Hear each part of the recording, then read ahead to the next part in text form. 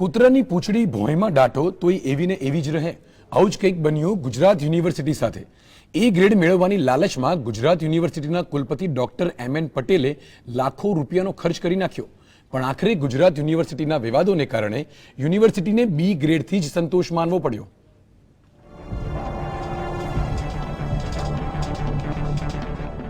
ગત માર્ચ મહિનામાં આવેલી નેક કમિટીને યુનિવર્સિટીથી પ્રભાવિત કરવા માટે કુલપતિ દ્વારા નીત નવી તૈયારીઓ કરવામાં આવી હતી. એટલું જ નહીં, નેક કમિટીના સભ્યો જે ભવનોમાં તપાસ કરવા જવાના હતા તે ભવનોની સફાઈ પણ અગાઉથી કરી નાખવામાં આવી હતી. તેમજ યુનિવર્સિટીના રંગરૂપમાં અને કુલપતિના કેબિનને આકર્ષક બનાવી દેવામાં આવી હતી, જેનાથી નેક કમિટીના સભ્યો ખુશ થાય અને યુનિવર્સિટીના ગ્રેડિંગમાં સુધારો થાય. પરંતુ યુનિવર્સિટીના વિવાદોની વાત નેક કમિટીથી છુપી રહી ન હતી અને આખરે યુનિવર્સિટીને બી ગ્રેડ મળ્યો હતો. યુનિવર્સિટીની પોલમપોલ બહાર લાવવામાં સેનેટ મેમ્બર તેમજ વિદ્યાર્થી નેતાઓ પણ પાછળ રહ્યા ન હતા. અમે મુખ્યત્વે રજૂઆત કરી કે જે પણ વિદ્યાર્થીઓ યુનિવર્સિટીમાં ફેસિલિટીમાં તેમને પડતી તકલીફ વિરુદ્ધ જેમણે રજૂઆત કરી તેમને દ્વેષભાવ રાખી તેમના કેરિયર બગાડવામાં આવે છે. જે કર્મચારીઓ યુનિવર્સિટી વિરુદ્ધ રજૂઆત કરી તેમને નોટિસો આપવામાં આવે છે, કાં તેમને ડરાવવા ધમકાવવામાં આવે છે.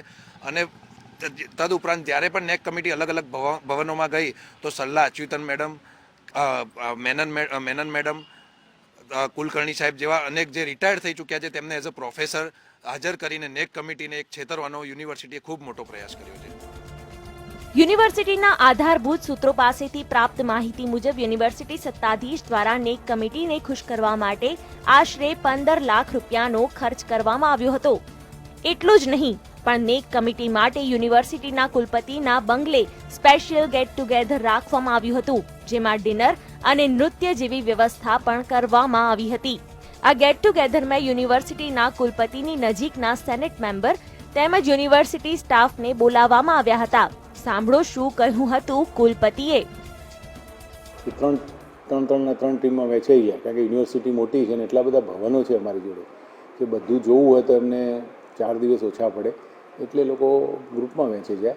એટલે એમને એક રહેવાની વ્યવસ્થા કરવી પડે, સારી હોટલમાં એમના માટે એકોમોડેશનની વ્યવસ્થા કરવી પડે. આ બધી તૈયારીઓ અમે કરી છે. દરેકનું પીપીટી પ્રેઝન્ટેશન જે કરવાનું એ તૈયારી કરી છે. મારે જે કંઈ કરવાનું છે, ફિલ્મ બતાવવાની છે. સાંજે મારે ડિનર ડિપ્લોમસી જેવું બંગલા ઉપર એક આપવું પડે, એમાં મારા બધા ઓફિસર્સ લાગતા વળગતા જે વેલ વિશર યુનિવર્સિટી એ બધાને આમંત્રણ આપવું પડે. આ બધી તૈયારીઓ ચાલી રહી છે પૂરજોશમાં અને મને આશા છે કે બહુ સારી રીતે અમે અમારો દેખાવ કરી શકીશું. રાજ્યની સૌથી મોટી યુનિવર્સિટી છેલ્લા કેટલાય સમયથી વિવાદોના વંટોળમાં રહી છે, જેને કારણે યુનિવર્સિટીનું નામ ખરાબ થયું છે. તેમજ ગુજરાત યુનિવર્સિટીના સ્ટાફ અને પ્રોફેસરોના વિવિધ વિવાદોને દૂર કરવામાં યુનિવર્સિટીના સત્તાધીશો ક્યાંક એકેડેમિક અને વિદ્યાર્થીઓ પર ધ્યાન આપવાનું ભૂલી ગયા હોય તેમ લાગી રહ્યું છે. પ્રતીક જાદવ, GSTV, અમદાવાદ.